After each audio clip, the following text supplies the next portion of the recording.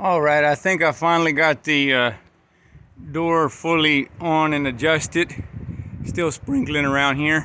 See here, because the old hinge, it was hanging so far low and so far back, it was rubbing here and wearing this, causing the striker pin to carry all the weight, wearing it, the latch.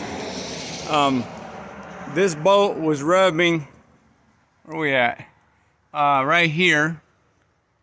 And that is what was rubbing on the door in there. The striker pin, thankfully, is okay. It's a little bushing there. It's still all right for now, but it's been replaced is why. The door seal had already had to be replaced because of that wear, and it was hanging so low that the poor thing done got worn again. The old one was terrible shape. It wasn't sealing at the top. Okay, the problem happened here. This hinge bought from a salvage yard, I guess, was already worn some, just only half as much as the original one. But I put it on there to where everything was lined up, and these little holes here were covered by the screws. See if that was good. And it seemed to be kind of in the position of the old hinge. Well, that was a problem. The back of the door and the cab were scraping together. It was very difficult to open and close the door. You had to force it, not just do it gently like you should be able to do. So that was a problem. So okay, well, I can't go taking all these screws back out and take the whole stupid door off just to loosen these stupid screws. Well, this inverted Torx E10 with a ratchet stuck on it obviously won't fit here. As a matter of fact, this flat bar I made decades ago wouldn't fit either. So what can I do? Well, let me try wrenches. Well, I didn't get the 6-point wrenches out right away because I don't want something to slip. I need the appropriate tool. I don't have time to go driving around trying to buy a deadgum tool in some other town or something. And I talked to some friends and whatever and get ideas where to go. So heck with it. I ground this sucker down some more. I'm gonna have to make another one for the heavier duty jobs. This already broke once because I had to grind it down to fit somewhere. So I re-welded it and had it nice and strong. I've been using it for all kind of stuff. That's a breaker bar that I made. The little socket drive piece here, I think it was one of the little ones that you can buy to put in a drill. I think I welded it onto the end of this and then cut the upper tip off. I believe that's what it was. But also, if one of those breaks off of a cheap extension, you could always weld it onto something too. But again, I had to make a tool to fit in here.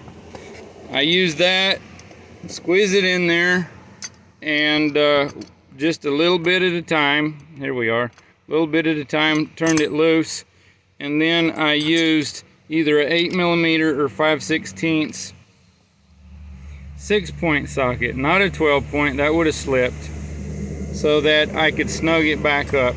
And so now it is apparently as good as it's going to get. We'll check it out again. I haven't even bothered to put that little pin back in like I had. I just used that needle nose vice grip that is holding it to actually squeeze it back down fairly flat. And then the part that was rounded from being pulled, when I installed it, I put it curved towards the door so it can have tension on the opposite side and last longer. Little stuff like that can make a difference for us. See, all the wires for the heated mirror go through this. So I wasn't trying to disconnect everything and take the door off and lay it down. That's why I used a boom.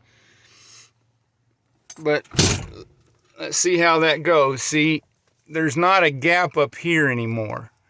I need to clean that up and just maybe put fresh tape, because I think it's not perfectly sealed without some weather strip or whatever. And then back here, I don't I don't have enough light at the moment. The door has mark here where the old rubber seal was against it because the door was so far back and the old seal was flattened out. Well, this one wasn't like that. And then down here's where it was rubbing on that, and it's snug. I'm sure highway with the wind tugging on the mirror is going to kind of muck with it, but it shouldn't be anything like it was before. And if I have to, now I learned how I can adjust it without taking everything off. I'm going to try to get some of those wrenches because I know I'll need them again. I can't stand not having the tools I need.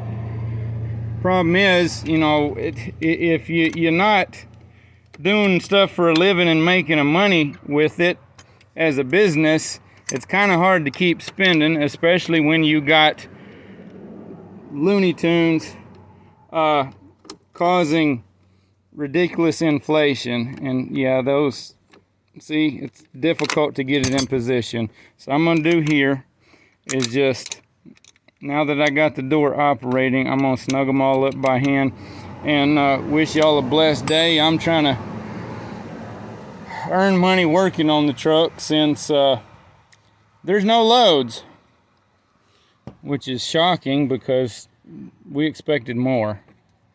But also it's in part because there's a lack of people to fill the trucks that fill these trailers that I haul. Take care.